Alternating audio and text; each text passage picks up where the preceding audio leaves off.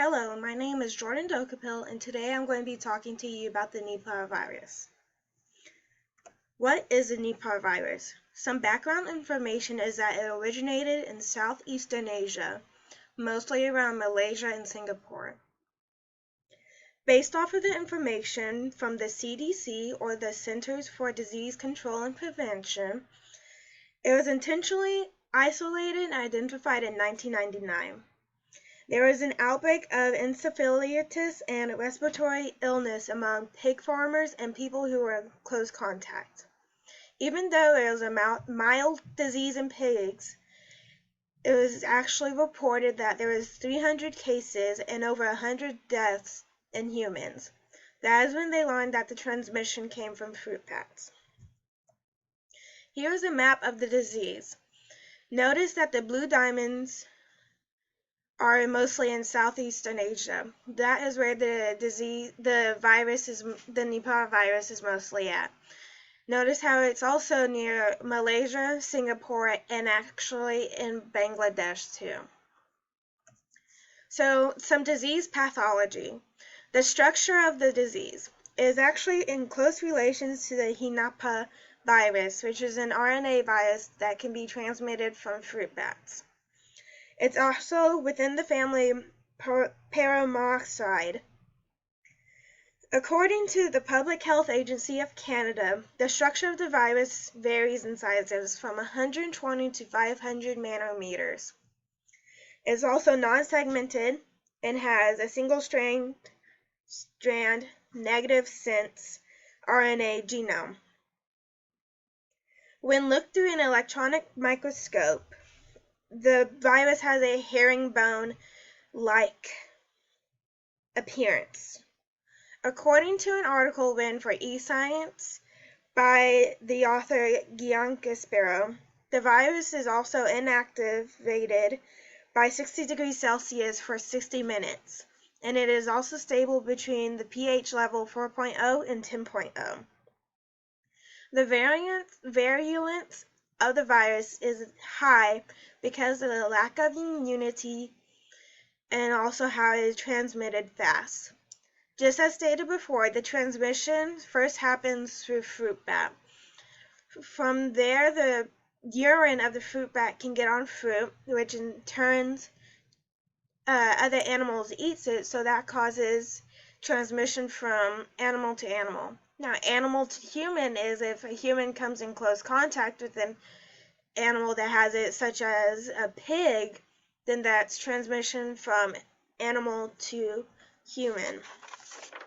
The toxicity of the virus is high because about 50% of the cases that happen are fatal. If the virus is mild or subclinical, or if it escalates, it could lead to encephalitis in a comatose state. If the person was to actually survive the virus, it could possibly relapse in the coming months or year. And the person could develop atypical pneumonia and severe respiratory problems, including acute respiratory distress. Now, some symptoms according to the CDC. The incubation period of the virus is 5 to 14 days. The virus can become present in 3 to 13 days with a fever and a headache, followed by drowsiness, disorientation, and mental confusion. Other symptoms that was brought up by the CDC was nausea, confusion, vomiting, coughing, giddiness, and myalgia, or muscle pain. If the virus was to progress in the next 24 to 48 hours, it could progress to a coma, which could lead to death. There is an outbreak in 1998 to 1999. 26 patients had the virus. About 40% of them had to go to the hospital, which resulted into them dying. Some long-term effects from the virus is that it has persistent convulsions and personality changes. So the population that would be most affected.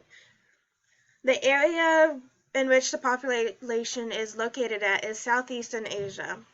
Two reasons why. The first reason is that the fruit bat is more common there, which means the urines can get on to the fruit that the bat lands on or pees on, which could be given to other animals to eat, causing the transmission. The second reason is the socioeconomic class difference. In those countries that the virus is located at, there's usually two types of classes: lower and higher classes. The lower class is the most affected because they do not have a good way to clean and sanitize the fruit or meat. But what is considered a lower class is pig farmers, laborers, and anybody who does not get a good amount of wages. The significance of the virus is that it's caused a significant morbidity and mortality rate among humans. It is also a problem in international trade, as those countries cannot produce more fruit or meat that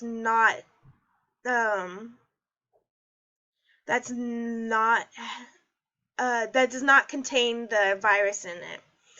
Also, if the virus was to be introduced to non-endemic areas, such as it going to Europe or something, it could be a plausible reality that the virus would be transmitted more as it could get into other farming areas in Europe, such as swine farming.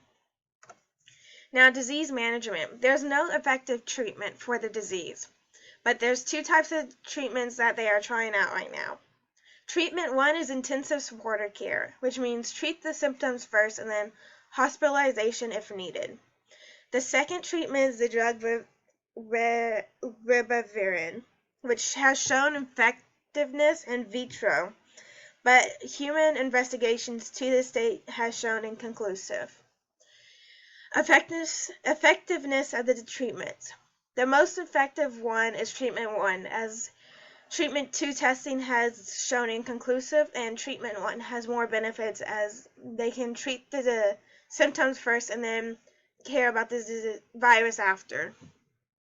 The least effective treatment is treatment 2, as shown through the inconclusive testing, but they do not fully know the usefulness of the drug because they haven't tested on different people. They tested it on one small group.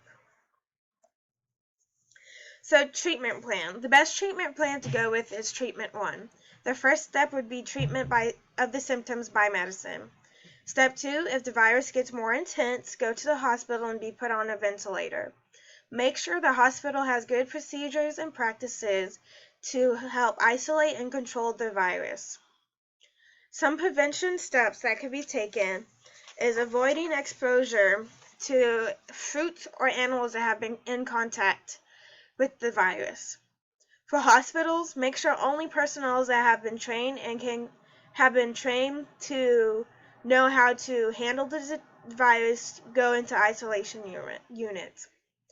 Make sure there's a better way of cleaning and sanitizing fruits and other foods, if it includes like going to the water and running and dipping the fruit in the water for a couple of minutes.